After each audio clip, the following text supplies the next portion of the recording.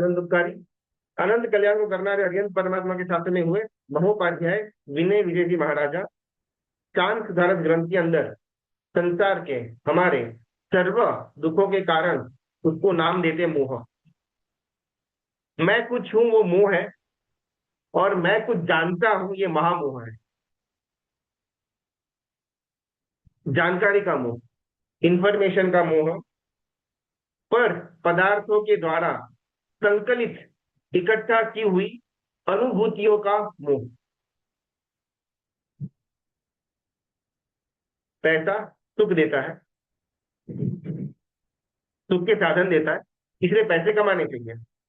भले मैं शायद पैसे कमाने से निवृत्त हो जाऊं या एक सीमितता के अंदर आ जाऊं, लेकिन अंदर का जो ये इक्वेशन बैठा हुआ है वो साथ में आएगा।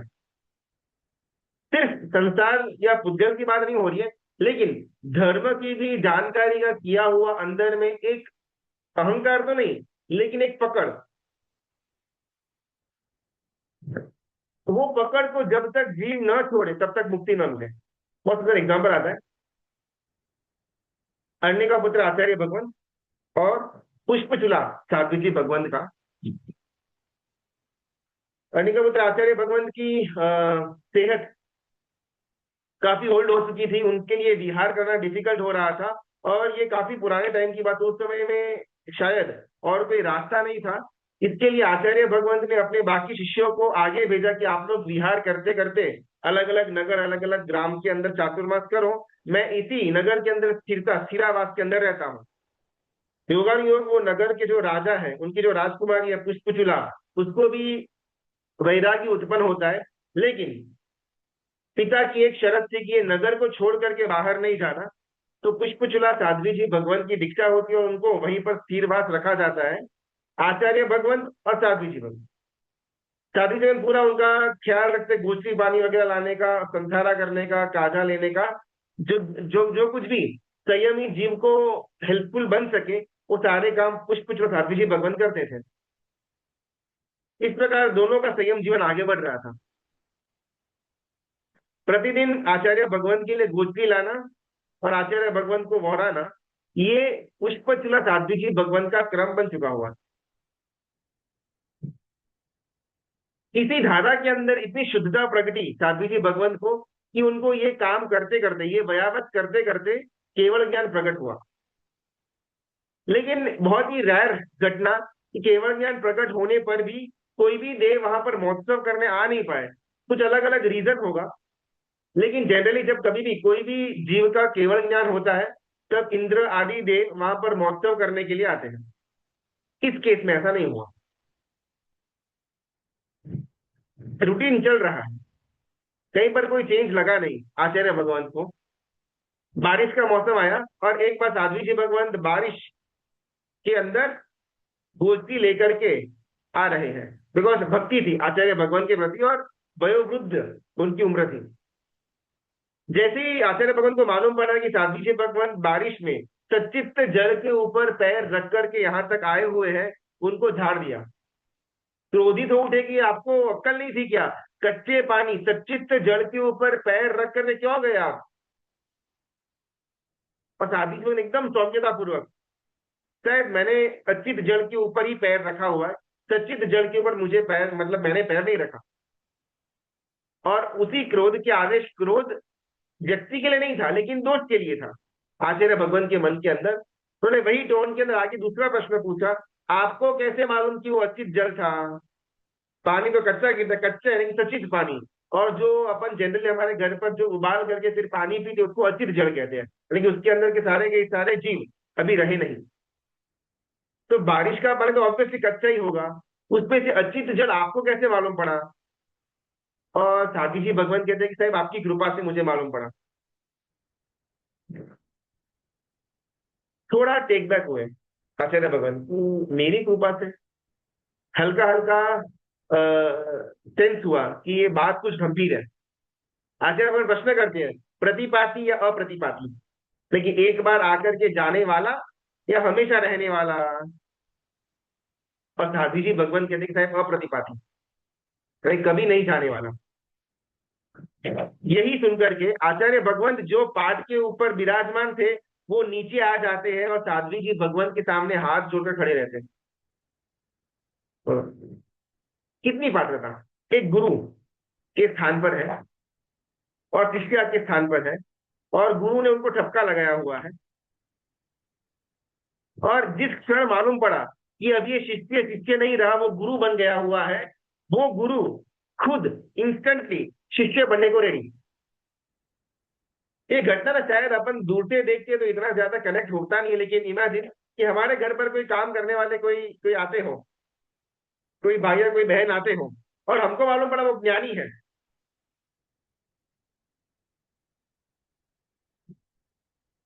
हमारी प्रतिकृति क्या होगी? क्या हम मानने को रेडी? मेरे घर पर वो काम करने वाले उनको ज्ञानी, चांस ही नहीं है, कुछ गलत फहमी हुई है। आखिरकार मैं गुरु हूं, मैंने अब तक उनको ज्ञान नहीं दिया, उनको ज्ञान आया कहां से? ये सारे हमारे तर्क होते, लेकिन एकदम मुक्त प्रतिभा। और आचार्य भगवान वहां पर साधी जी भगवान से बस एक ही प्रश्न करते हैं कि हे भगवान, मेरी मुक्ति कब होगी, मुझे मोक्ष कब मिलेगा, मुझे केवल ज्ञान कब मिलेगा इनको? और साधी जी भगवान बहुत सहजता पूर्वक कहते हैं कि बस ये गंगा नदी को आप क्रॉस करो, आपको केवल ज्ञान हो गया। कितनी कितनी विरोधी इसमें आयरनी है कि जिस आचार्य भगवान को सच्चित जल के ऊपर पैर रख करके साधी जी भगवान जो आए, उसके लिए ठपका सुनाया, वही आचार्य भगवान को जब सच्चित जल वाली बहती हुई गंगा नदी को पार करेंगे तो केवल ज्ञान मिलेगा। हमने ना किसी के साथ धर्म के विषय में झगड़ा किया हुआ, ऐसा तो हो करना चाहिए ही नहीं है, तो पॉसिबल ही नहीं है। लेकिन मानो कि हमारा कोई कोई ना कोई एक पकड़ थी कि ये तो ऐसा ही होना चाहिए, परमात्मा ने ऐसा ही बोला हुआ है, इस ग्रंथ में ऐसा ऐसा मैंने समझा हुआ है, तो ये तो ऐसा ही रहेगा। और सामने वाला व्यक्ति कोई और नए को लेकर कोई और बात कह रहा है उसी उसी सब्जेक्ट के अंदर, और हमने मानो कि झगड़ा कर लिया कि नहीं ये तो ऐसा ही, ऐसा मतलब ऐसा ही, और सामने वाला भी उसके पॉइंट पर अड़ा हुआ है। और उस समय हमको हमारा पॉइंट बदलने को कहा जाए, मानने को रेडी है नहीं। हमारा पॉइंट सही है, सच्चित जड़ के ऊपर पैर रख करके नहीं आना चाहिए, एकदम सही बात है, जीवों की विराधना होती है। लेकिन वही आचार्य भगवान के मन के ऊपर सच्चित जड़ के ऊपर पैर रख करके नहीं आना, ये जो एक पकड़ थी, जब वो पकड़ को छोड़ेंगे तब उनको मुक्ति मिलेगी। कितनी सुंदर बात। कोई और जगह पर भी तो हो सकता था केवल ज्ञान, लेकिन साध्वी जी भगवत वहां पर कहते हैं, केवल ज्ञानी वहां पर कहते हैं कि जिस क्षण आप गंगा नदी को क्रॉस करके सामने की साइड पहुंचेंगे आपका केवल ज्ञान हो जाएगा। मैंने पकड़ा हुआ एक भी पकड़, बिकॉज पकड़ ना अंदर में रही पीड़ा का प्रतिबिंब है। मुझे अंदर में कोई ना कोई पीड़ा है, और उस पीड़ा को उस पीड़ा के घाव को भरने के लिए बैंडेज के स्वरूप में मैंने पकड़ रखी हुई है कि ये मतलब ऐसा ही, बिकॉज मैंने जाना हुआ है। बहुत तो कैसा होता है ना, कोई घर के अंदर फंक्शन होता है, कुछ किसी को केटर वाले का वगैरह से कुछ बुलाना रहता है, और हमारा अनुभव है कि ऐसा ऐसा केटर वाला ही अपन तो हमेशा हमारे हर एक फंक्शन के अंदर बुलाते हैं, तो उसी को बुलाना। और जो आई हुई नई जनरेशन है, वो कोई ना कोई ऐप या कोई ना कोई रेफरेंस के द्वारा किसी और केटर को बुलाते हैं जो प्रॉपर खाना देता है, रेटिंग भी अच्छा है। लेकिन जस्ट बिकॉज हमने बोला हुआ है कि इसी केटर को रखना, मतलब उसको ही रखना, अगर हमारी बात घर पे मानी नहीं जाती, और जो नई पीढ़ी है उन्होंने उनकी मन की, भले फंक्शन अच्छा रहा, भले खाना अच्छा रहा, लेकिन मेरी बात नहीं मानी ना, मुझे वहां पर मजा नहीं आएगा, बिकॉज मैंने पकड़ रखी है कि मैंने बोला कि वो केटर को बुला तो उसी को बुला, किसी और को बुलाया क्यों? हम चार पांच जने किसी बात के ऊपर कोई डिस्कशन हो रहा है, और जिस व्यक्ति के लिए हमारे मन के अंदर डीप डाउन एक छुपा हुआ एक द्वेष पड़ा हुआ हो, एक अणगवा पड़ा हुआ हो, उस व्यक्ति का बाकी चार लोग मिल करके प्रशंसा करें, हम सहन न कर पाए। बिकॉज मैं जानता हूं, मेरा अनुभव है कि वो एक नंबर का थर्ड क्लास आदमी है, और ये लोग उसकी प्रशंसा कर रहे हैं, मूर्ख है।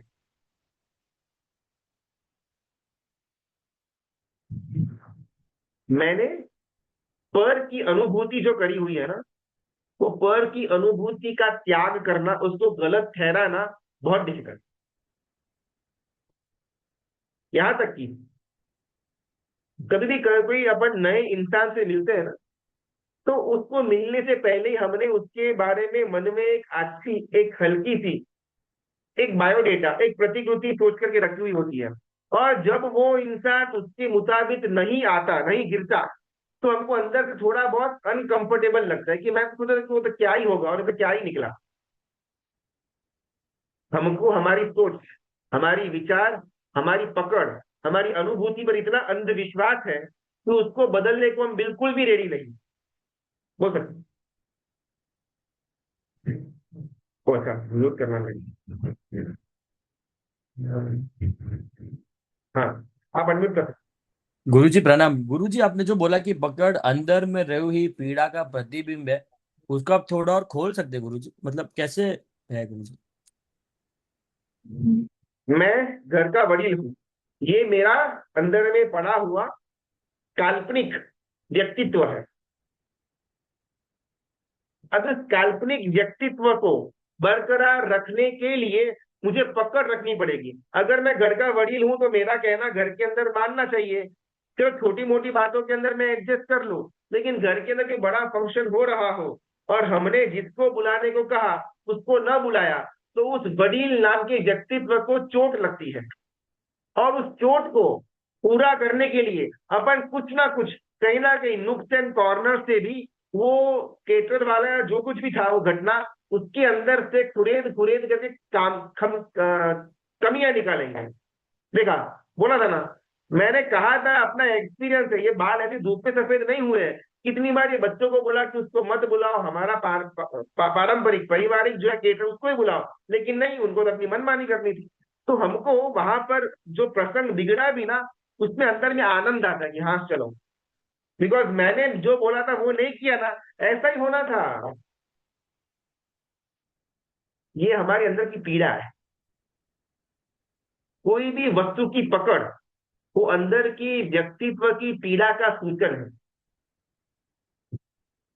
मैंने जिस व्यक्ति के बारे में मन के अंदर कुछ द्वेष या ऐसा अंदर छुपा हुआ रखा हुआ था, और जब चार आदमी उसी व्यक्ति के बारे में मेरे ही सामने प्रशंसा करे, तो कहीं ना कहीं मैंने जो धारा हुआ था वो गलत, यानी कि मैं गलत, ये मैं सहन न कर पाऊं।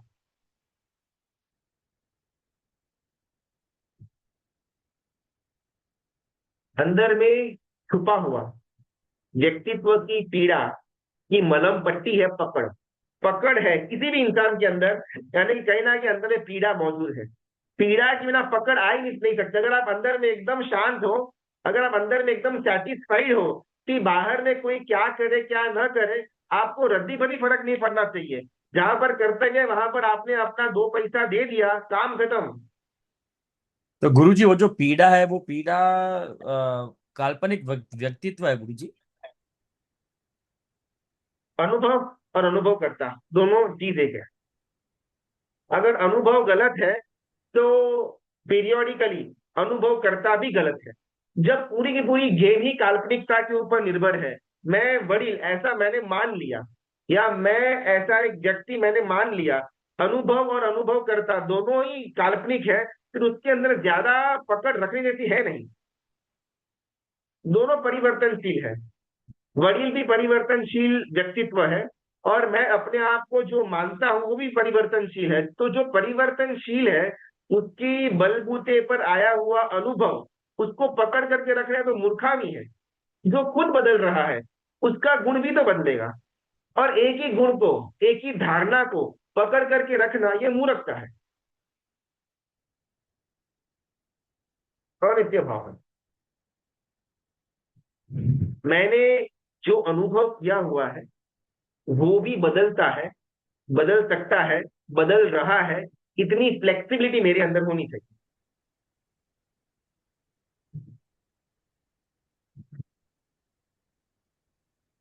मेरे द्वारा पास्ट में जो भी अनुभव संचित करके रखा हुआ हो, उसको मैं खुद तोड़ूं, ये बहुत डिफिकल्ट। बिकॉज मैंने एक बार ना अलग अलग वस्तुओं के इक्वेशन दिमाग के अंदर सेट करके रखे हुए हैं कि फलाना फलाना आदमी है वो ऐसा ही है। उसको आप चाहे कितना भी समझाओ, कितना भी उसको आप सही रास्ते पर लेकर के आओ, लेकिन कुत्ते की दुम टेढ़ी तो टेढ़ी, वो आदमी नहीं सुधरेगा। हमने ऐसा एक अभिप्राय बांध करके रखा हुआ है। भले वो आदमी शायद कर्मों के वश से उस समय ऐसा कुछ कार्य के अंदर फंसा हुआ था, कर्म बदले तो वो इंसान की परिस्थिति भी बदली, लेकिन हम वो अनुभूति को त्यागने को रेडी रेडी नहीं कि नहीं। मेरा एक्सपीरियंस है, वो 2 बार उस आदमी के साथ ऐसा लोचा हो चुका हुआ है। आदमी गड़बड़ है नहीं। एक बार के लिए ना वो व्यक्तित्व का त्याग करना भी पॉसिबल है, ट्राई करें तो। लेकिन उस व्यक्तित्व के आधार पर इकट्ठा की हुई अनुभूति और माहिती, उस पर से अपना प्रभुत्व को खींचना, पीछे लेकर के आना, ये नेक्स्ट टू इम्पॉसिबल, बहुत डिफिकल्ट।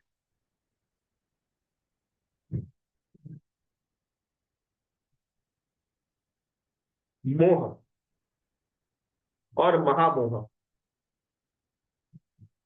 मैं कुछ हूं, ये मोह है। और मैं कुछ जानता हूं, ये महामोह है। मैं कुछ हूं के बीच में अभी भी कुछ डिस्टेंसिंग अपन मेंटली क्रिएट कर सकते हैं। नाम हो, संपत्ति हो, या परिवार हो, या शरीर हो, ये अलग है, ये दिखता ही है, ये अपन को एकदम विजिबली कंफर्मेशन ले सकते हैं कि ये अलग है। तो उसमें डिस्टेंसिंग करना कुछ हद तक पॉसिबल है। लेकिन उसके माध्यम से जो हमने माहितियां इकट्ठा करी हुई है, वो तो मैं हूं और वो तो मेरा ही भाग है। उससे दूरी कैसे बनाना? आचार्य भगवान, उनको मालूम पड़ा केवली भगवंत के द्वारा, साधी जी भगवंत के द्वारा, कि जैसे गंगा नदी को क्रॉस करेंगे उनको केवल ज्ञान हो जाएगा। उनकी पकड़ क्या थी? कच्चित जल के ऊपर पैर नहीं रखना चाहिए। जो एकदम करेक्ट बात है, इसमें कहीं पर कोई शंका का स्थान है ही नहीं। कोई भी परमात्मा के ग्रंथों के अंदर सच्चित पानी के ऊपर पैर रख करके जाओ, कोई प्रॉब्लम नहीं है, ऐसी बात आएगी ही नहीं। तो वो जो अनुभव कर रहे थे, यानी उन्होंने जो पकड़ रखी हुई थी, एक एंगल से करेक्ट थी। लेकिन जस्ट बिकॉज वो पकड़ थी ना, रुक रहा था कहीं ना कहीं, आगे मार्ग रुक रहा था। और जैसे ही वो पकड़ को छोड़ने की बात आती है, और आचार्य भगवंत मुक्त हो जाते हैं। धर्म के नाम पर भी मैंने पकड़ी हुई मेरी पकड़। अभी इसका ना उपयोग संसार में या विषयों की तरफ ढलने के अंदर मत करना कि हाँ भाई मैंने तो इसे पकड़ करके रखा हुआ है, अब से नहीं खाना, छोड़ देते हैं पकड़, खा लेंगे, ऐसी बात नहीं है। प्रामाणिकता चाहिए। इसमें अंतर्मुख बनने की प्रामाणिकता चाहिए, नहीं कि बहिर्मुख बनने की। हो सकते। प्रणाम गुरुजी। मतलब आचार्य भगवान तो मतलब उसमें पकड़ क्या जो सही था वो तो वो ही मान रहे थे ना।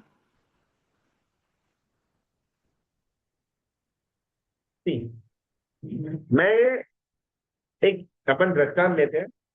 साध्वी जी भगवंत से मिस्टेक हुई, अपन से मानते हैं, बिकॉज केवल ज्ञान अभी तक मिला नहीं है। ऐसी आचार्य भगवंत के अंदर की ग्रंथि है कि अभी ये तो नॉर्मल साध्वी जी भगवंत है, कोई केवल तो नहीं बने हुए हैं, ऐसी मान्यता आचार्य भगवंत लेकर के बैठे हुए थे।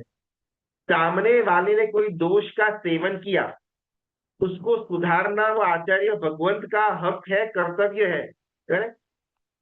लेकिन सामने वाले की मिस्टेक को लेकर के आप अपने घर से बाहर आ जाओ, आप अपने स्वभाव से बाहर आ जाओ, आप बाहर में आकर के कषायों के साथ हिलमिल जाओ, इसकी अनुमति परमात्मा का शासन नहीं देता। मिस्टेक हुई है, हमारे घर के कोई ना कोई सदस्य, चाहे बच्चा हो या भाई हो या कोई भी हो, उससे मिस्टेक हुई है, और अगर मैं घर का वडील हूं, तो मेरा कर्तव्य बनता है कि मैं वो सामने वाले जीव को उसका मिस्टेक दिखाऊं, उचित उचित अवसर देख करके। सबके सामने दलील करने की बात नहीं आती है, उचित अवसर देख करके। लेकिन उसने मिस्टेक की है, that does not give me the right कि मैं उस पर कषाय ठोक दूं। मुझे खुद को कषाय से ग्रस्त करने की अनुमति सामने वाले का दोष बिल्कुल नहीं देता। सचित जल पर मतलब सॉरी, सचित जल पर पैर नहीं रखना चाहिए, ये बात एकदम करेक्ट है। लेकिन वो जो अंदर में एक पकड़ थी, वो पकड़ से अंदर में आदेश आया कि ऐसा किया कैसे आपने।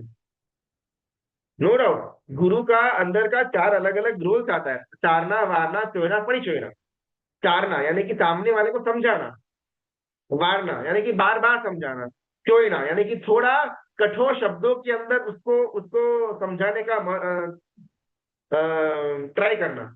और चौथा पड़ी चोयना, अगर ये भी न माने, 1 2 3 में अगर काम न होता हो तो डंडा लेकर के पीटने का हक भी गुरु भगवंत को है, लेकिन 1 2 3 करने के बाद आप डायरेक्टली डंडा लेकर ही खड़े हो जाओ तो ये उचित नहीं है।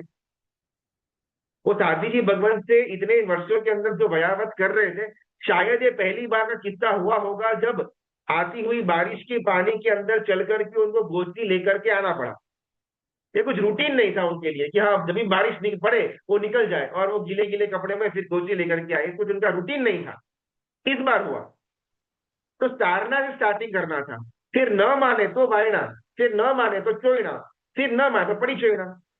डायरेक्टली चोयना पड़ी चोयना पर पहुंचे क्यों? बिकॉज अंदर में पकड़ थी कि ऐसा मतलब ऐसा ही। और अभी कितना कितना आयरॉनिकल है कि उनको केवली भगवंत वही वस्तु बोलते हैं जिसका उनका अंदर में पकड़ था, और ये पकड़ तो हम सिर्फ शब्दों के माध्यम से बोल रहे हैं, लेकिन जिस क्षण केवली भगवंत के मुख से निकला, आचार्य भगवंत तुरंत रेडी होकर के निकल गए। दादी जी भगवान गोची लेकर के आए हुए थे, शायद सुबह का टाइम था, नौका से की गोची लेकर के आए हुए थे। अभी बोलो, हमको मालूम पड़े कि ऐसा ऐसा ऐसा करेंगे और केवल ज्ञान मिलेगा, लेकिन मालूम है कि खाना तैयार है तो खाना खा के ही चलते हैं। ऐसे भी जा करके केवल ज्ञान तो मिलने वाला है, केवली भगवान ने बोला हुआ है, खाना पड़ा हुआ है रेडी, ठंडा हो रहा है, खाना खा के चलते हैं। लेकिन नहीं, आचार्य भगवान अपने अंदर केवल ज्ञान के लिए, निर्वाण पद के लिए, वितराग अवस्था के लिए तत्पर थे।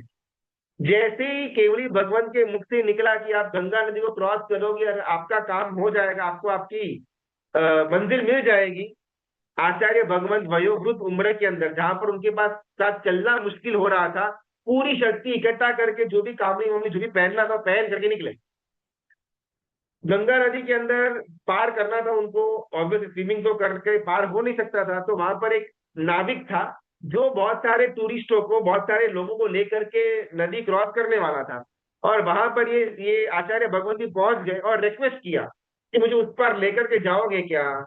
ऑब्वियसली नाविक है, वो धंधे के लिए वहां पर बैठा हुआ है, लेकिन एक संत पुरुष को देखा तो अंदर में आदर आया, उसने बोला कि आप कोई प्रॉब्लम नहीं, आप बैठो, कोई पैसा वैसा नहीं लगेगा आपसे, आप आराम से बैठो। आचार्य भगवंत बैठते हैं, और जैसे ही गंगा नदी का एकदम बीच का एकदम फ्लो वाला भाग आता है, पूर्व भव के द्वेष के ऋणानुबंध के कारण से जिस जीव के साथ क्रोध हुआ था आचार्य भगवान तो पूर्व भव के अंदर, वो जीव इस समय यंत्री देवी बनी हुई थी। और अचानक उस देवी को मालूम पड़ा कि ऐसा मेरा पूर्व भव का वैरी ये गंगा नदी क्रॉस कर रहा है, तुरंत वहां पर प्रकट होते हैं, पूरे पानी के अंदर गोल गोल गोल चक्रवात लेकर के आते हैं। सारे लोग डर जाते हैं, गुरु भगवंत भी भयभीत तो होते हैं, लेकिन नौकार मंत्र के ऊपर श्रद्धा थी, नौकार मंत्र का स्मरण करते हैं। और इतने अंदर यंत्री देवी ने अपने त्रिशूल, भाला टाइप औजार के को का यूज करके आचार्य भगवान का शरीर को छेद भेद कर दिया, और एक हाथ से उठाया भाला, जिसके ऊपर की नोक पर आचार्य भगवान का बॉडी पड़ा हुआ है। उनके गरम गरम खून की बूंदे गंगा नदी के कच्चे पानी को टच कर रही थी, गिर रही थी टप टप करके।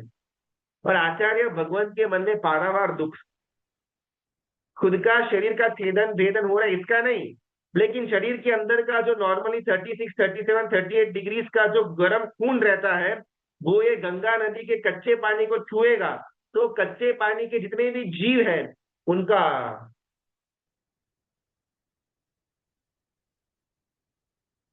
आपको खुद के लिए आप एकदम कड़क रहो, इसमें कोई बात नहीं है, लेकिन वो कड़काई सामने वाले के दोष को दूर करने के लिए आप लेकर के आते हो तो ये थोड़ा पेचीदा मामला होता है। मैं सचित जल के अंदर पैर नहीं रखूंगा, क्लियर है, मेरे द्वारा सचित जल के जीवों की विरचना बिल्कुल हो ही नहीं सकती, ये पॉसिबल है, इसमें कोई प्रॉब्लम नहीं है। लेकिन अगर ये सेम लेवल ऑफ डेडिकेशन मैं औरों के अंदर एंटिसिपेट करूं और जब वो पूरा ना हो मैं उन पर बरस पड़ूं, ये हक मुझे नहीं मिलता।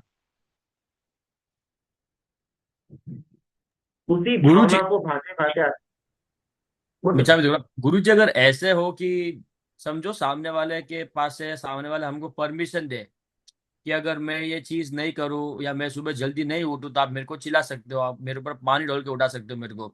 मतलब सामने वाले को राइट दे दिया कि भाई अगर if I do something wrong आप मेरे को चिल्ला के समझाओ। तो उसमें भी दोष सकता है गुरु जी, क्योंकि सामने वाले ने तो बोल दिया कि आप इस तरीके से भी मेरे को आप सही रास्ते पे रखो मेरे को, ताकि मैं रुकू नहीं। अगर मेरा कर्तव्य का स्थान है ना, यानी कि अगर मैं पिता के स्थान पर हूँ और मेरी कोई संतान है, और संतान भले मुझसे अ, मार्ग पर स्थिर करने की बात करे या ना करे, लेकिन ऐसा पिता के कर्तव्य के अंदर आता है कि मैंने संतान को बहुत बहुत, चलो दीक्षा तक तो नहीं, लेकिन एटलीस्ट परमात्मा के शासन में जन्म लिया हुआ है, तो उसको मार्ग पर स्थिर करो, भले वो चाहे या ना चाहे। तो उसके लिए साम दाम दंड भेद ताना वाना चोना पर सब कुछ कर सकता हूँ, कोई प्रॉब्लम नहीं है, ये मेरा कर्तव्य है। लेकिन एक भी जगह पर मुझे बाहर आकर के उसमें इन्वॉल्व होना वो बिल्कुल भी आवश्यक नहीं है। मैंने बोला, बार बार बोला, थोड़ा कड़क शब्दों के अंदर बोला, मार पीट करके बोला, इसमें एक भी स्टेज पर सक्सेस मिले या मैं अनसक्सेसफुल जाऊं, मुझे कोई लेना देना नहीं है। भीतर में इतनी निराकुरता के साथ किया जाए तो कर्तव्य। फिर आप अपने बच्चे को सुबह उठाने के लिए पानी डालो या न डालो, उसने आपको बोला हो या न बोला हो, आप कोई भी पैतरा आजमाओ उसको सुबह जल्दी उठाने के लिए, सब कुछ आपके कर्तव्य के अंदर आएगा। लेकिन अगर वो उड़ जाता है फॉर एग्जाम्पल, तो अंदर में अहंकार आएगा। देखा, अपना स्ट्रिक्ट पेरेंटिंग इतना सुपर है कि अपनी बात बच्चा मानता ही है, अहंकार अपन तो गए। दूसरा, अगर वो हमारी बात नहीं मानता, अंदर में कशा है, अरे कैसी आज की जनरेशन पकी हुई है, हमारे टाइम के अंदर तो पापा ऐसा चिल्लाते और अपन खड़े हो जाते, और यहाँ तो ढोर मार मारने के बाद भी ये उठता नहीं है। एकदम गई गुजरी जनरेशन है आज। तो दोनों केसेस के अंदर अपने को तो मरना ही है, या तो अहंकार के अंदर या कचाई के अंदर। लेकिन अगर मैंने डिस्टेंसिंग रखा हुआ है अंदर से, बिकॉज मैं एक अभिनय कर रहा हूं, मैं एक रोल प्ले हूं पिता के रोल प्ले के अंदर, तो रोल प्ले के अंदर कोई मुझे कुछ मिलने वाला नहीं है। ठीक है, कर्तव्य है, कर्तव्य का निभाने का हो जाएगा। मैंने मेरा कंप्लीट ट्राई किया, फिर भी नहीं उठ रहा, उसका भाग्य। और मैंने ट्राई किया और वो उठ गया, तो भी उसका भाग्य। कि डिस्टेंसिंग के साथ कर्तव्य की पालनी करने में आए तो संबंधों के अंदर मिठास रहेगी, वो दूसरे नंबर की बात। आपके अंदर मिठास रहेगी, ये पहले नंबर की बात। गुरु जी या डिस्टेंसिंग अगर शायद थोड़ा आउट ऑफ कॉन्टेक्स्ट जाए तो सॉरी गुरु जी, लेकिन अभी मतलब डिस्टेंसिंग से कर्तव्य का पालन कुछ ज्यादा मुश्किल नहीं है गुरु जी। अभी आप उठा रहे हो, सामने वाला नहीं उठ रहा है, या आप उठा रहे हो और वो उठ गया, तो अंदर से एक संतोष तो होगा, और नहीं उठेगा तो गुस्सा तो आएगा ना गुरु जी, तो फिर हम लोग क्यों उठा रहे हैं। आप ट्राई ट्राई ट्राई करते रहो, और फिर या तो सक्सेस मिले या अनसक्सेस फेलियर मिले, वो ज्यादा इजी है। या आप ट्राई करते रहो, कुछ भी मिले मुझे कुछ फर्क नहीं पड़ता, वो इजी है।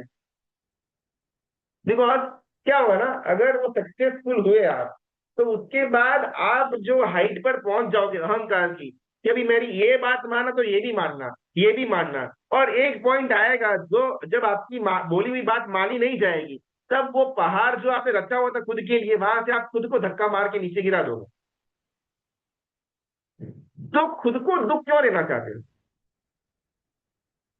जैसे अपनी कल बात हुई थी कि संपत्ति का प्रतिबंध चल रहा है, प्रॉपरली मुपति परिलेन में कर रहा हूँ, चायोत्सव भी मैं कर रहा हूँ, सारे नौका है, सारे लोग भी मैं गिन रहा हूँ, प्रॉपरली प्रतिक्रमण हो ही तो रहा है। कहां पर किसी को मालूम पड़ा कि मैंने मैंने प्रतिक्रमण नहीं किया? बराबर हो रहा है। मैं तो पाने के अंदर व्यस्त था मन से। तो वो सेम चीज यहाँ पर क्यों नहीं? मैं तो अपने स्वभाव को स्पर्श करने के अंदर बिजी था, और हाथ से या मुंह से कुछ ना कुछ हो रहा था, ठीक है ना?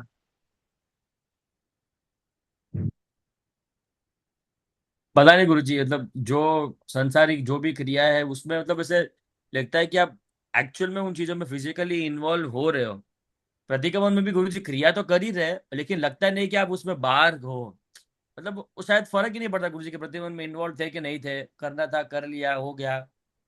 और इधर लगता है कि अगर इन्वॉल्व नहीं रहेंगे तो काम ही नहीं होगा। आपने जैसे कल बोला कि हमको ऐसा लगता है इसके कारण से हमको मतलब ऐसा हमारी अवस्था बनी हुई है कि अगर इन्वॉल्व नहीं रहेंगे तो काम होगा नहीं। कभी शायद कभी ट्राई नहीं किया है, पता नहीं गुरु जी, तो थोड़ा सा आउट ऑफ द बॉक्स है शायद गुरु जी ये चीज है।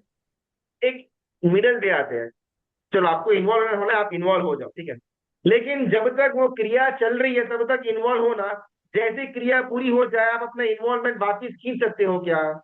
आपको जो डांटना था, चिल्लाना था, समझाना था, प्रेम से बात करनी थी, मारना था, पीटना था, जो कुछ भी करना था, उसमें आप इन्वॉल्व हो जाओ। जैसे ही वो डांटना, पीटना, मारना, चिल्लाना खत्म हुआ, आप वापिस डिसइन्वॉल्व हो सकते हो क्या? बिकॉज हमारे मन के अंदर ना वो घटना 2 दिन, 2 महीने, 2-2 साल तक रिप्ले होती है। शायद कोशिश कर सकते गुरुजी। जितने भी जीवों को केवल ज्ञान मिला हुआ है ना, वो इसी देश के अंदर मिला हुआ है, इसी शरीर के साथ, यही मन की संरचना के साथ मिला हुआ है। और जब तक इससे अपन दूर नहीं भागेंगे, इससे अपन बाहर के इन्वॉल्वमेंट से अपने को कंटाला नहीं आएगा, तब तक हमारा मार्ग शुरू नहीं होगा। मैजिकली अपन सिद्धशिला के अंदर जाएंगे और सुख मिलेगा, वैसी बात नहीं है। यहाँ पर सुख की अनुभूति होगी, वो अनुभूति के अंदर स्थिरता का प्रयत्न होगा, और तब जाकर के केवल और मुक्ति मिलेगी। तो जितना भी काम करना है यहीं पर करना है, वहां पर जाकर कोई काम नहीं करना है। और ये तो बहुत बिगिनिंग है, कोई इतनी जटिल बात भी नहीं है। वैसे भी आपका बोला हुआ कहाँ कोई फॉलो करता है? मैं तो घर के अंदर कितना बोलता हूँ, लेकिन मेरा तो कोई फॉलो नहीं करता है। मैं धंधे के अंदर कितना बोलता हूँ, कोई फॉलो तो करता नहीं है। तो वैसे भी कुछ फॉलो नहीं कर रहे लोग, आपकी बात को मान नहीं रहे हैं, तो आप अपने अंदर स्थिर होना ये कितना आसान बन जाता है। मैंने संतान को बोला कि इतना कर, रोज पूजा कर, पाठशाला जा, एटलीस्ट एक रात सामयिक कर, संडे को प्रतिक्रमण कर, कभी कभार तिथि आए तो कुछ छोटा मोटा एकादश व्यास उपवास कर, कुछ नहीं। ऐसे भी आपका बोला हुआ कुछ हो तो नहीं रहा। बोलने का बंद करने की बात नहीं आ रही है, लेकिन आप बोलने के साथ जो आप खुद अटैच हो रहे थे, उसमें तो थोड़ा बहुत पीछे आ सकते हैं।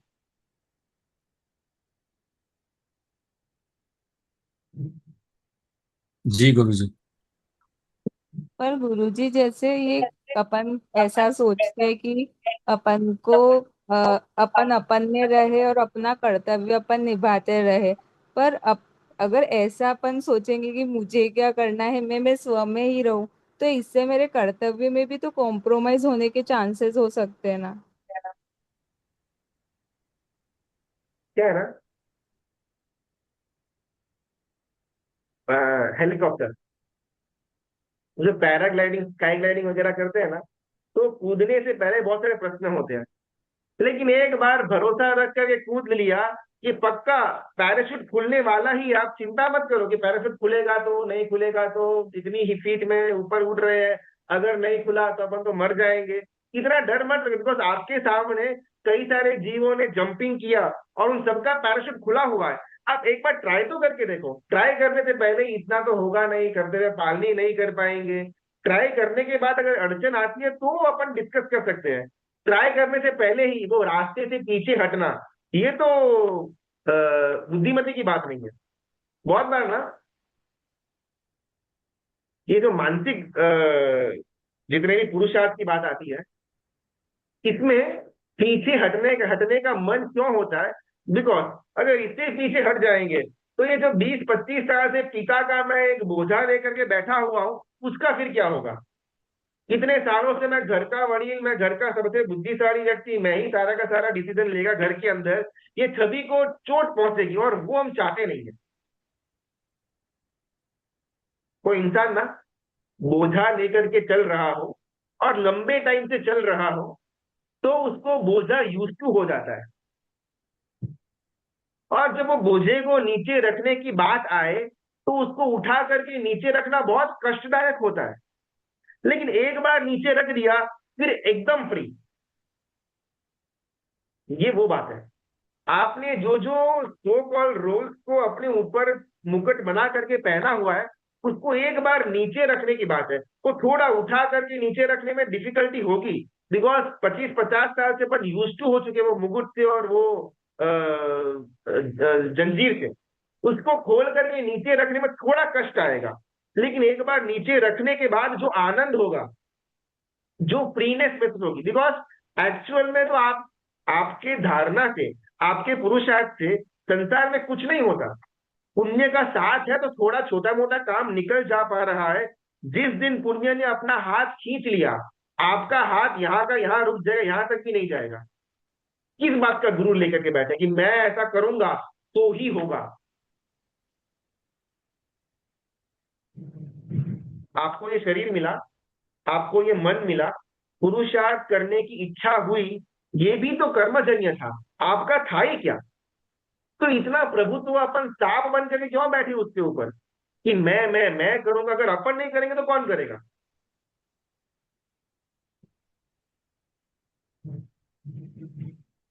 मैं ऐसा नहीं बोल रहा कि आप एकदम घर के अंदर कुछ कट ऑफ होकर के अभी अपन तो एकदम आत्मा तत्व है, कोई लेना देना है नहीं, जिसको जो करना है वो करो, अपन तो एकदम फ्री बर्ड, ऐसी बात नहीं है। बिकॉज व्यवहार इंपॉर्टेंट है। तो आपका जो रोल प्ले है वो बरकरार चलता रहे। आपको अपने आप को उसके इन्वॉल्वमेंट से पीछे खींचना है। इसमें कहीं पर कोई प्रैक्टिकली कोई चेंज आने वाला है नहीं। एग्जाम्पल, मिरर है नहीं, कांच है, वो कांच के अंदर मैं मेरा प्रतिबिंब, मेरा शैडो देख रहा हूं, मेरा आकृति को देख रहा हूं। तो मैं कैसा दिखता हूँ, बाल कैसे है, दाढ़ी कैसे, ये सब मैं देखूंगा, ठीक है। लेकिन जब वो कांच मैं साफ कर रहा हूं, तो कांच के ऊपर लगे धब्बों को मैं देखूंगा और वो हाईलाइट होगा। जब धब्बे हाईलाइट होंगे तो ऑटोमेटिकली उसके पीछे गिर रहा मेरा प्रतिबिंब मेरी दृष्टि से ओझल हो जाएगा। मैं अभी भी कांच को ही देख रहा हूं, लेकिन पहले कांच के अंदर मैं खुद का प्रतिबिंब देख रहा था। उस समय कांच की परत पर लगे जो छोटे मोटे डस्ट पार्टिकल्स थे या जो दाग थे, वो इतने इतने नजर में आ नहीं रहे थे। लेकिन जब मैं सफाई करने की दृष्टि से कांच को देखता हूं, तो प्रतिबिंब बैकग्राउंड में चला गया और जो इम्प्यूरिटीज थी वो उभर करके बाहर आई। अब इन दोनों के अंदर आपने क्या फर्क किया? आप तो वहीं के वहीं खड़े हैं। आपने अपना एक हाथ तक नहीं हिलाया, आंखें भी नहीं हिलाई, बस देखने की दृष्टि के अंदर परिवर्तन हुआ, तो आपकी पूरी की पूरी छवि ओझल हो गई और कांच के ऊपर लगे धब्बे वो नजर में आए। सेम बात है। आपकी जो क्रिया चल रही है, जो भी आप एक संसार के ढांचे के अंदर फिट है, उसमें से अभी निकलने की बात हो ही नहीं रही है। वो चलता रहे। दृष्टि का परिवर्तन क्यों नहीं कर सकते हैं? मैं अभी भी कांच के सामने ही खड़ा हूं, मैं अभी भी बाल ही बना रहा हूं, मैं अभी भी अपने आप को देख रहा था, लेकिन अभी दृष्टि को मैंने थोड़ा सा धब्बे को फाइंड आउट करने के अंदर बिजी कर दिया, तो मेरा रूप मेरे सामने से निकल गया। इसमें कोई सेकंड पर्सन हो, उसको मालूम भी ना पड़े कि चेंज हुआ है।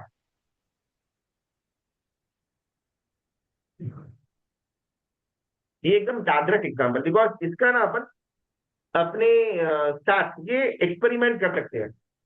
ये अपन मिरर के सामने खड़े रहे और वहां पर मैं अपने आप को पहले देखने का प्रयत्न करूं, सब कुछ एकदम क्लीन एंड क्लियर है, और द मोमेंट में मैं कांच के ऊपर लगे धब्बों को देखने का प्रयत्न करूं, तो उसी टाइम मेरा खुद का चेहरा मेरी नजरों से ओझल हो जाता है, वो बैकग्राउंड में ब्लर्ड में निकल जाता है। बिकॉज अभी मैंने मेरा फोकस, मेरा उपयोग धब्बों के पीछे रखा, तो अपने आप मेरी जो आकृति थी, मेरा जो रूप था वो गया। और ये क्रिया जब मैं करूं, उस समय कोई सेकंड पर्सन खड़ा हो, उसको मालूम भी ना पड़े कि चेंज हुआ है। बिकॉज आखिर ही वहीं पर स्थिर है, मैं भी वहीं पर स्थिर हूं, बस दृष्टि का परिवर्तन हुआ। मुझे मिली गुरु हुई जी, माहिती, बोल सकते। गुरु जी अभी इसमें जो सामने वाला प्रतिबिंब है और डस्ट दोनों आंखों के सामने विजिबल है, करेक्ट। तो दोनों को अलग अलग टाइम में फोकस करते करते देखने में मुश्किल ही ज्यादा नहीं होगी। लेकिन जो हम इन रियल वर्ल्ड का जो कर रहे हैं ट्राई, उसमें शायद गुरुजी एक चीज ही दिख रही है सिर्फ कि मैं बेटा हूँ या मैं पिता हूँ। तो उस समय वो उसमें से निकल के बाहर रहकर वो चीज करना या उससे बाद में भी बाहर निकलना शायद गुरुजी एक्सपीरियंस में है ही नहीं हमारे गुरुजी। अपन ने 2 3 दिन पहले वो प्रश्न पद्धति करी हुई थी कि आप आपकी अनुभूति कर ही रहे हो, वो निरंतर चालू ही है। एक भी क्षण के लिए आपने खुद की अनुभूति से चूकना नहीं सीखा, चूके नहीं हो आप, उसी में बह रहे, लेकिन मालूम नहीं पड़ रहा। तो आपको आपकी अनुभूति हो रही है, आपको आपका प्रतिबिंब दिख रहा है, लेकिन आप कचरे के अंदर इतने ज्यादा व्यस्त हो कि आपको आपका प्रतिबिंब ओझल हो रहा है। आप ये जो धब्बे है ना कांच के ऊपर, यानी कि हमारे अलग अलग व्यक्तित्व, पिता का, बेटा का या पति का। अब इसके अंदर इतने विधि है कि हमारा मूल स्वरूप हमारे सामने होते हुए भी दिख नहीं रहा। जब प्रश्न पद्धति हमने करी हुई थी, उसमें एटलीस्ट मानसिक स्तर पर लगा कि भाई अलग आकृति कुछ ना कुछ तो है। भले वो अभी तक पकड़ में नहीं है, अभी तक उसका अनुभूति नहीं हुई है, लेकिन आंशिक रूप में वो समझने का अपन ने प्रयत्न किया। तो जब वो मौजूद ही है, तो धब्बों के पीछे या दाग के पीछे क्यों भागना है?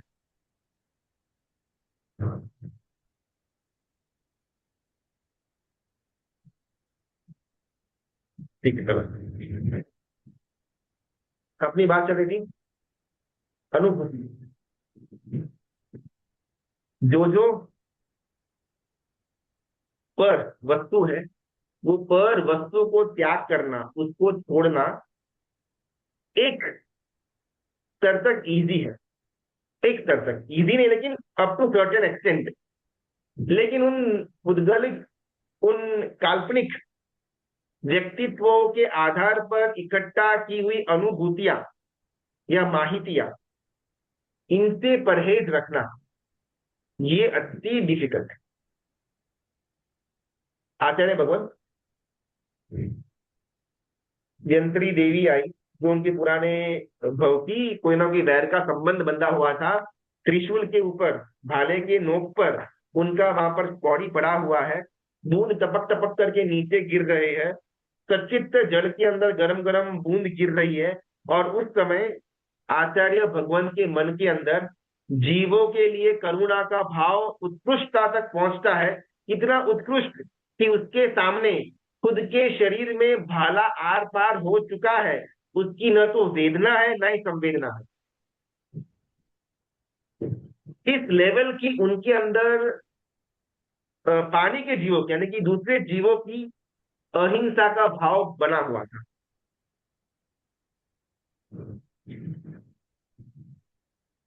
मैत्री भाव के अंदर बात आती है कि मैं बाकी सारे जीवों को मेरे समान देखूं। जैसा मैं हूं, वैसा ही चींटी, वैसा ही तिर्यंश का जीव, वैसा ही कोई और मनुष्य, यावत यहां तक कि वैसा ही निगोद का जीव भी है। उसको भी मेरे जैसी ही अनुभूति है, एग्जैक्टली सेम टू सेम, कोई फर्क नहीं है। ये मैत्री भावना की देव है। जिस तरह मैं अपने आप को अनुभव करता हूं, वैसे ही हर एक जीव अपने आप को अनुभव करता है। तो जो जो मुझे पसंद नहीं है, नॉर्मली वो जीव भी पसंद नहीं ही होगा। तो मुझे उनकी किलामना, विराधना, हिंसा क्यों करनी? और जैसे जैसे उनकी बूंदे, गरम गरम खून की बूंदे सचित जल में मिक्स हो रही है, वैसे वैसे उनको अंदर में पारावार वेदना, खुद की नहीं, जीवों की विराधना की वेदना। और इसी वेदना की शुरुआत हुई, बिकॉज ये तो भावना है, पर की भावना है। इससे शुरुआत हुई और इससे उन्होंने सब कुछ संकलित किया, बाहर भटकती हुई चेतना को इकट्ठा किया और खुद के अंदर स्थिर हो गए। और मृत्यु के एक आधा क्षण पहले केवल ज्ञान हुआ और निर्माण हो गए। गुरुजी एक बार समझाओ ना, एक खून की बूंदे और अच्छे सचित जल में पड़ने से कैसे कॉम्बिनेशन? खून गर्म है, 36, 37, 38 डिग्री सी के आसपास हमारा खून है। और जब वो सचित अड़गड़ पानी, जिसके अंदर तो अनंत अनंत जीव है, उनसे जब वो टच होता है, तो वो पानी के लेयर पर या पानी के बूंदों में जहां जहां पर ये जीव रहे हुए हैं और जहां जहां पर बूंदों खून की बूंद का स्पर्श हुआ, तो स्पर्श मात्र से वो जीव की वहां पर हिंसा हो जाती है। एग्जाम्पल, अभी कोई चींटी है और चींटी के ऊपर हाथी का पैर गिर जाए, हाथी को मालूम ना पड़े, लेकिन चींटी के लिए तो वो तो यमराज का बुलावा आ जाता है। तो दोनों का साइज में बहुत ज्यादा डिफरेंस है। वैसे ही यहाँ पर ये इतनी छोटी साइज के हैं, ये अड़गड़ पानी के जीव, कि उनकी विराधना करने के लिए और कुछ भी नहीं, अगर मैंने स्पर्श मात्र किया, उनका वहां पर हिंसा हो जाती है। हाथी और वो चींटी, यहाँ पर हमारी काया और हमारा स्पर्श, और वहां पर अति अति अति सूक्ष्म पानी के अंदर का जीव, उसका स्पर्श हुआ और मतलब मेरी उंगली उन अड़गन पानी को टच हुई, और वो अड़गन पानी के अंदर रहा जीव, रहे हुए अनंत अनंत जीव, ऑन द स्पॉट मृत्यु। आचार्य भगवान, कितनी मुक्त प्रतिभा। मैं गुरु के स्थान पर बैठा हुआ हूं और मेरी शिष्या को केवल ज्ञान हो जाए, ये मैं कैसे मानूं? वो तो कुछ भी बोले, कोई देव आया है नहीं आया है, तो प्रूफ क्या है? वो तो भी ठीक है, वो अपना बचाव करने के लिए कोई ना कोई एक्सक्यूज दिया हुआ रहेगा। पीछे को ऐसे जैसे वो भावमंडल नहीं आ जाएगा केवल होने की बात, ताकि सबको मालूम पड़े अच्छा उनको केवल ज्ञान हो चुका हुआ है। नहीं, न तो देव आए, भले एक एक रैर घटना थी, लेकिन घटना थी कि देव भी नहीं आए, धुंधुबी भी नहीं बची, पुनर्वृत्ति भी नहीं हुई, कुछ भी नहीं हुआ। मैं कैसे मानूं कि आपको केवल ज्ञान हुआ है? शायद आपने जो ये दुष्कृत्य किया है ना, कि जो अचित जल की सचित जल के ऊपर चलकर किया है, इस पर्याय को, इस दोष को छुपाने के लिए भी तो ये पैंतरा हो सकता है। I don't know. इसमें से एक भी तर्क पांडे का पुत्र आचार्य भगवान वहां पर लाते नहीं। जिस क्षण उनके मुंह से निकला सरेंडर, अभी मैं गुरु नहीं, मैं शिष्य बन गया, अभी आप गुरु, ये मुक्तता है। मैं जो जानता हूं और मैं जो अनुभव करता हूं वो सर्वथा गलत है, उसको बदलने के लिए हमेशा मैं रेडी। अंतर्मुक्ता को लेकर के बात हो रही है। बाहर में अपनी आसक्ति को पूरा करने के लिए अपन इसका प्रयोग करेंगे तो संसार बढ़ेगा।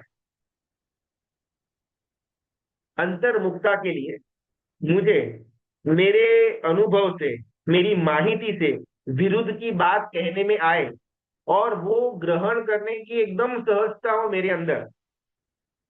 इतनी सारी अलग अलग फ्रेम्स को लेकर के हमको दुख ही मिला हुआ है, तो एक बार ये फ्रेम छोड़ करके तो देखिए, ऐसी बात सुनने में आती है, एक्सेप्टेंस नहीं होता। क्यों? अरे संसार नहीं चला तो, करते हुए नहीं हुए तो, इतना अंदर से भयभीत है कि बिकॉज ये फ्रेम्स को हमने अनुभव किया हुआ है जीवन के 25-50 साल तक, इसी को तो लेकर के हमने हमारा अस्तित्व जोड़ा हुआ है। अब इसको रखने की बात आए तो भाई ये तो नहीं पॉसिबल होगा। अंदर से अपन डर जाते, कांप जाते हैं, सब कुछ छूट जाएगा तो, संसार छूट जाएगा तो, करते हुए चूक जाएगा तो, मेरा ये हो जाएगा तो, मेरा वो हो जाएगा तो। तो कुछ ऐसा हुआ है भी नहीं और होगा भी नहीं, लेकिन अंदर में भय कितना है। यहाँ पर बहुबाते जी भगवंत के ग्रंथों के अंदर की बातें चल रही, कोई अपन अपने पॉकेट की बातें नहीं बोल रहे हैं, लेकिन उसको भी आचरण तो ठीक है बाद की बात, अपन मेंटली भी उसको एक्सेप्टेंस के मोड पर लेकर के नहीं आ सकते हैं। और अर्णी का पुत्र आचार्य भगवान बैठे बैठे डन, पाठ के ऊपर से सीधा जंप करके नीचे उनके चरणों के अंदर शीश नमा करके, मेरा मोक्ष कब होगा?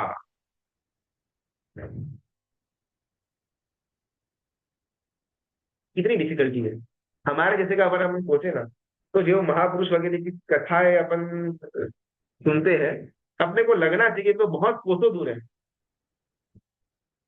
केवली भगवान मुझे मेरा मोक्ष का मार्ग दे, वो तो बहुत दूर की घटना। सदगुरु भगवंत मुझे स्वानुभूति का भी मार्ग देते हो और उसको भी मैं लेने को रेडी नहीं, नहीं भाई अब अपन से नहीं होगा।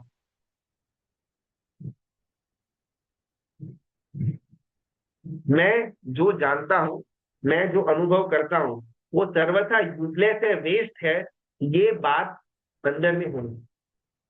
पैसों को लेकर के, फ्रेम को लेकर के, संसार को लेकर के, यावत धर्म को लेकर के भी मैंने जो समझा हुआ है, मैंने जो माना हुआ है, या मैं जो अनुभव कर रहा हूं, वो गलत हो सकता है, इसकी कंप्लीटली अंदर में पॉसिबिलिटी पड़ी हुई है, ऐसा एक्सेप्टेंस चाहिए।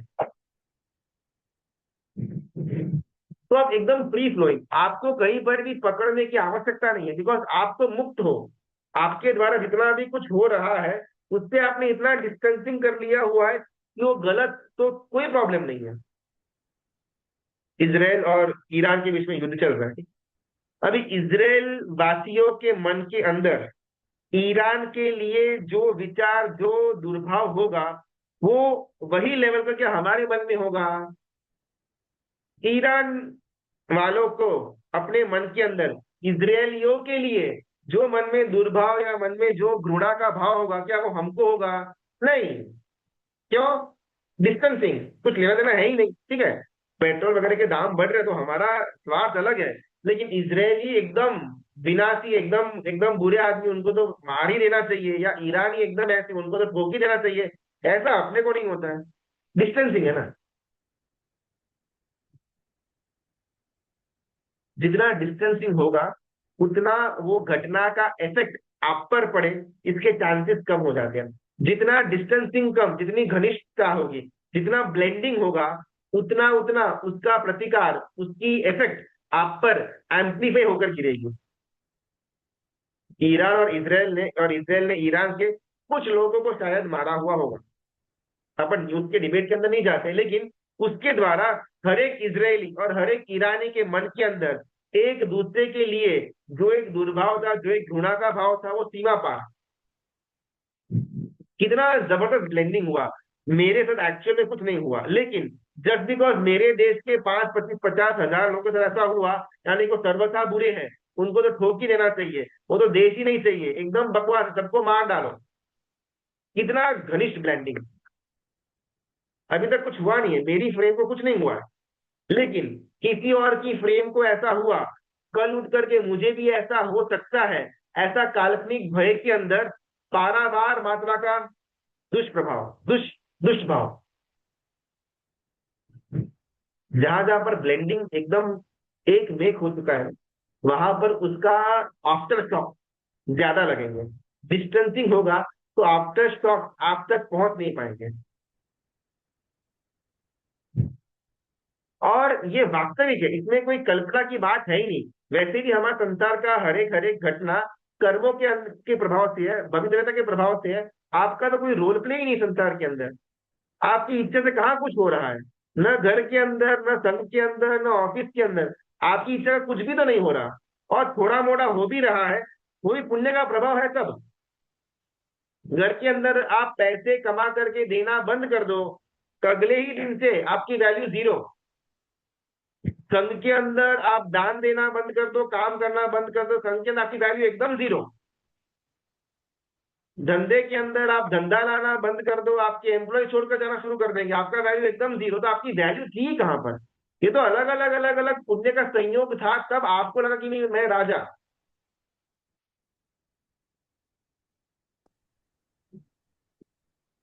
प्रणाम। ये जो फिर पुण्य आया तो वो थोड़ा बहुत हमारे पुरुषार्थ से नहीं आया क्या? क्या क्या क्या बात है?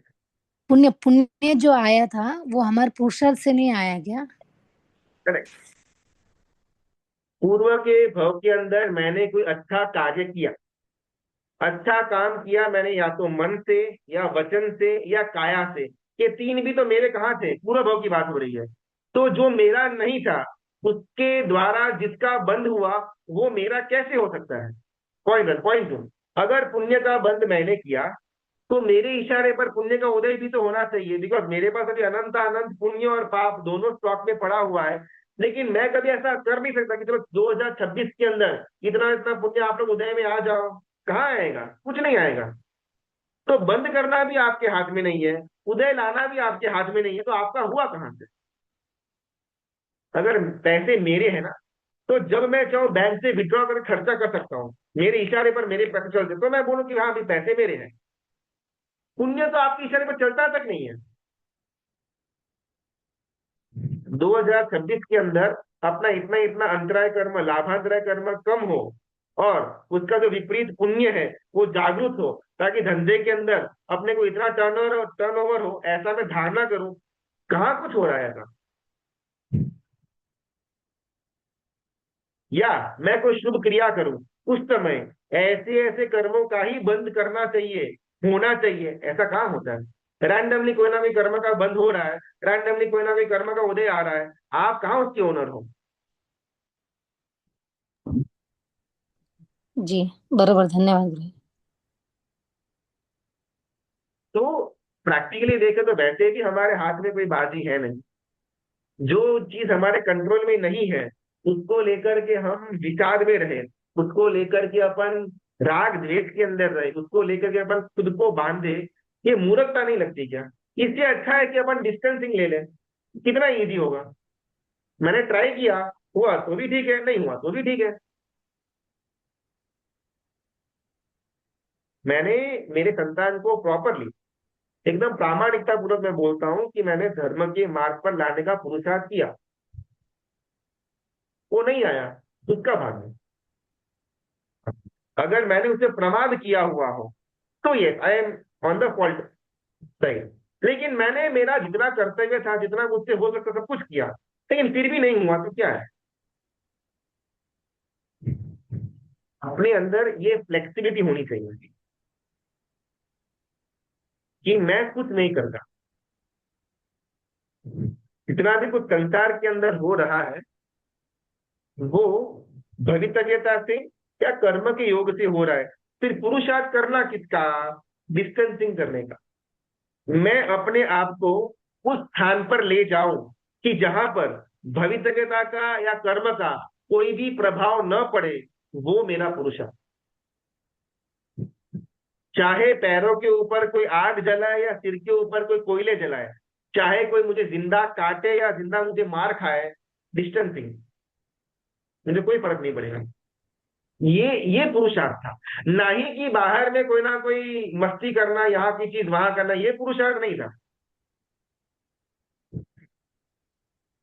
अपने आप को उस स्थान में लेकर के जाना जिस स्थान पर भवितव्यता का या कर्म का कोई भी आफ्टर शॉक, कोई भी इफेक्ट न हो, वो पुरुषार्थ। हो सके उतना काया के स्तर पर होगा पुरुषार्थ इससे दूर होने का। लेकिन जहां पर पॉसिबल नहीं हो पा रहा, संसार के एक बंधन में बंधे हुए हैं, तो मैं चाह करके भी अपने को डिटैच या डिस इन्वॉल्व नहीं कर पा रहा, तो वहां पर भले शरीर के द्वारा वो इन्वॉल्वमेंट होता रहे, लेकिन मन से हमेशा डिस इन्वॉल्वमेंट पॉसिबल है। परमात्मा के शासन के अंदर एक रूल आता है लक्ष्य का और व्यवहार का, श्रद्धा का और चारित्र का। चारित्र के अंदर अपवाद भी है, उत्सर्ग भी है। श्रद्धा के अंदर ऐसा कोई ऑप्शन नहीं है। यानी कि कुछ परिस्थितियां ऐसी सर्जित हुई कि जिस समय मुझे परमात्मा की आज्ञा से विचलित होना पड़ा। एग्जाम्पल, साधु भगवंतों को अगर अपन एक एक एक 2 मिनट के अंदर साधु भगवंतों के एंगल से अगर अपन बात करें ना, तो शायद पैरों में मोजे या कपड़े के जूते पहनना वो अपवाद में आता है, यानी कि वो मूल मार्ग नहीं है, रेगुलर मार्ग नहीं है। लेकिन अभी इतना जबरदस्त गर्मी है, हर जगह पर तार के रोड है, 40-45 डिग्री में सूर्य पहुंच जाता है। जब उसमें नंगे पैर चलते तो पैर में खुजले हो जाते, फिर 2-4 दिन तक न स्वाध्याय के अंदर ना ही व्यायाम के अंदर मन लगता है। तो गुरु की आज्ञा लेकर के साधु भगवान ने चप्पल का उपयोग किया, यानी कि अपवाद का उपयोग किया। तो ऐसे व्यवहार के अंदर अपवाद एक्सेप्टेबल है, कोई प्रॉब्लम नहीं है। गुरु भगवान की आज्ञा हम हमारे मन से सब कुछ करना शुरू कर दे तो वो तो गलत हो जाएगा। लेकिन जो हमारे ऊपर गुरु भगवान विराजमान है, उनसे आज्ञा लेकर के अपवाद मार्ग का सेवन, वो भी परमात्मा की आज्ञा है। लेकिन श्रद्धा के अंदर कोई अपवाद नहीं है, लक्ष्य के अंदर कोई अपवाद नहीं है। सामने वाले ने ऐसा किया, इसके लिए मुझे उस पर क्रोध आया, ये कोई एक्सेप्शन नहीं है। सामने वाले ने मेरा शरीर काटा, इसके लिए मुझे उस पर क्रोध आया, ऐसा कोई एक्सेप्शन नहीं है। श्रद्धा के स्तर पर, लक्ष्य के स्तर पर एक ही ऑप्शन है। चरित्र के अंदर, आचार के अंदर थोड़ा अपवाद उत्सर्ग गुरु भगवंत की आज्ञा से होता रहेगा, उसमें कोई प्रॉब्लम नहीं है।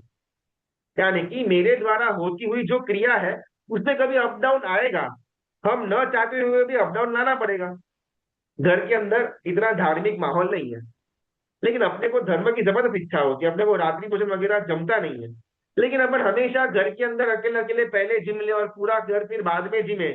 और कभी कभार पति या पत्नी को ऐसा होता है कि रात को या कुछ वीकेंड आया, अपन डिनर पे चलते हैं, उसमें नहीं अभी मेरा तो स्टॉक आ रहा है, मैं तो नहीं खाएगा, ऐसा बोलेंगे तो शायद फ्रिक्शन होगा परिवार के अंदर या घर गृहस्थी के अंदर। तो उस समय ठीक है, 1-2 दिन का न चाहते हुए भी रख के बिना मैंने बाहर का खाना खाया, बिकॉज उनको भी थोड़ा बहुत धर्म के अंदर लेकर के आना था, वरना 2 अलग अलग धाराएं चलेगी। वो कंप्लीटली धर्म के मार्ग पर, मैं कंप्लीट धर्म के मार्ग पर। तो थोड़ा बहुत हमने वहां पर अपना जो रूटीन था, अपना जो आचार था, उसमें एक एक्सेप्शन लिया। लेकिन ये एक्सेप्शन आचार के तौर पर ओके है, श्रद्धा के तौर पर बिल्कुल भी ओके नहीं था। मैंने अपनी अनुभूति का मार्ग छोड़ दिया, क्यों? बिकॉज सामने वाला मांग रहा था, ये कभी भी नहीं चलेगा। अपन ने स्टार्टिंग के अंदर ना संजकाचार्य भगवंत का एग्जाम्पल लिया हुआ था। पर के कल्याण, अपने 499 शिष्यों को का कल्याण करने के लिए वो जाते हैं, विहार वगैरह करते हैं और वहां पर घानी में पीला जाता है। श्रद्धा में एक्सेप्शन आ गया, नहीं चला। आचार्य भगवंत अकेले का संसार भ्रमण करना पड़ा, उनके बाकी 499 शिष्यों का ऑन द स्पॉट केवल ज्ञान और फिर निर्माण। श्रद्धा के अंदर एक्सेप्शन पॉसिबल नहीं है। जस्ट बिकॉज वो मंत्री और उनके सैनिक मिल करके मेरे शिष्यों को घानी में पील रहे थे, that does not give me licence कि मैं उस पर भी क्रोध करूं, क्या उसके लिए कुछ बुरा सोचूं, नहीं, पॉसिबल ही नहीं है। ये डिस्टेंसिंग के बिना नहीं आएगा, बिकॉज हम इतने ब्लेंडेड है कि किसी ने मेरा नाम लेकर के बात की और वहां पर मेरे कान में वो बात पड़ी, और भूल से अगर वो थोड़ी हल्की कक्षा की बात हो मेरे बारे में, गया सामने वाला गया, मेरा तीसरा नेत्र खुलता है। ये एक्सेप्शन पॉसिबल नहीं है। तो ये सारी चीजें डिस्टेंसिंग के बिना नहीं आएगी। जब तक मैं ब्लेंडिंग में होऊंगा, कॉम्युनियन होगा मेरा और फ्रेम्स का, तब तक ये डिस्टेंसिंग का आना इम्पॉसिबल। जब तक मैं अपने आप को इससे अलग एंटिटी है ये श्रद्धा करके उसकी तरफ की सन्मुखता या उसकी तरफ का ढलान नहीं लेकर के आऊंगा, तब तक फ्रेम्स को लगने वाले हर एक शॉक आफ्टर शॉक की तरह मेरे तक ट्रैवल करते हैं, हो सकते हैं। प्रणाम गुरुजी। ये जो आपने पुण्य और पाप का जो बताया है, जो अपन को अपने हाथ में नहीं है, जो पुराने भव में अपन जो पुण्य करते हैं या जो अपने से पाप होता है, जो पुण्य बन पाप बनता है, तो वो अब ऑटोमेटिकली अपने अकाउंट में प्लस माइनस होता है, या वो अपने कुछ कोशिश करने से एनकैश कर सकते हैं? आश्रम और संपर्क, अच्छा टाइम बहुत लास्ट क्वेश्चन। आश्रम और संपर्क, परमात्मा के शासन के अंदर बात आती है, शायद शांत सुधारक के अंदर ही आगे जाकर के बात आती है। आश्रव सर्वथा हेय, आश्रव मात्र हेय है, यानी कि वो त्यागने लायक है। कर्म का बंध तभी होगा जब जीव आश्रव करेगा। आश्रव इन सिंपलर टर्म, मैंने खुद का अनुभूति, खुद का स्वभाव या उसका सन्मुखता छोड़ी और मैं पर की तरफ मैंने अपनी मुंडी घुमाई, दृष्टि घुमाई, उसके मात्र से आश्रव स्टार्ट, और आश्रव हुआ यानी कि कंफर्म कर्मबंध चालू हुआ, या तो पुण्य या फिर पाप। तो परमात्मा के साथ में बात आती है कि आश्रव सर्वथा हेय। मेरा लक्ष्य पुण्य कमाने का नहीं होना चाहिए, मेरा लक्ष्य संवर का, निर्जरा का होना चाहिए। लेकिन अभी भी मैं बाहर हूं, अंदर में आया नहीं, अंदर की तरफ आने का मैं प्रयत्न कर रहा हूं। तो ऑन द वे जो जो भी पुण्य के कर्म बंद होंगे वो ठीक है, लेकिन मेरा लक्ष्य पुण्य को बंद करने का नहीं होना चाहिए। मेरा लक्ष्य तो स्वरूप की प्राप्ति या संवर या निर्जरा यही होना चाहिए। ऑन द वे अभी अगर कुछ पुण्य का बंद हो भी गया तो well and good, no problem. तो मुझे मेरा धर्म के अंदर का आयोजन कौन सा पुण्य बंद अपन करेंगे ये बिल्कुल भी नहीं होना चाहिए।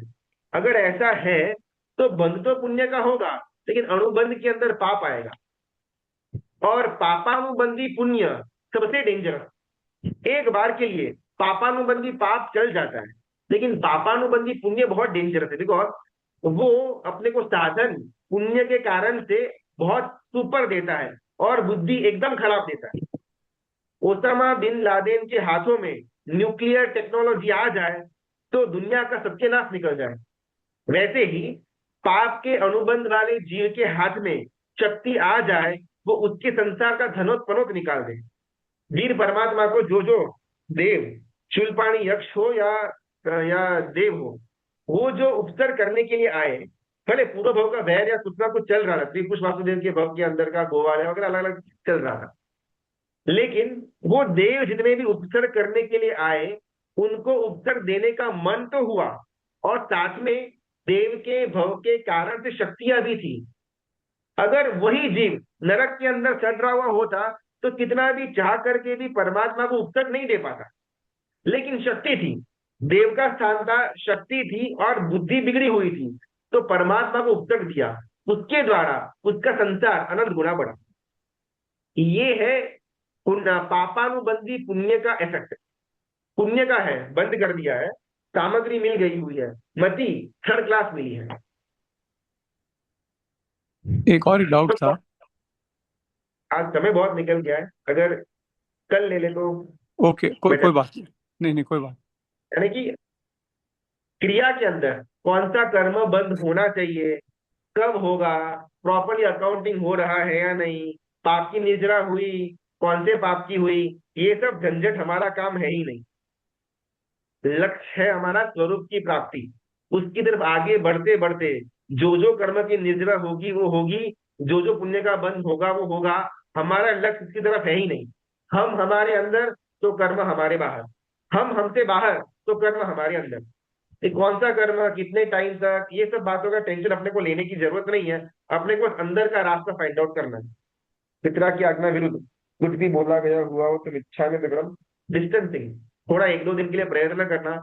इतना शायद बातों के माध्यम से या वर्ड में थोड़ा डिफिकल्ट लगे, लेकिन एक बार उसका ट्रायल करना चालू करेंगे ना, तो एक पहले स्टेप से ही अपने को अंदर में आनंद की अनुभूति होगी।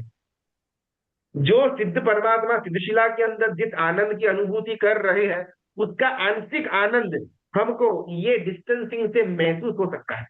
ट्राई करके देखना। बहुत बहुत धन्यवाद अनुभव। जी धन्यवाद बहुत।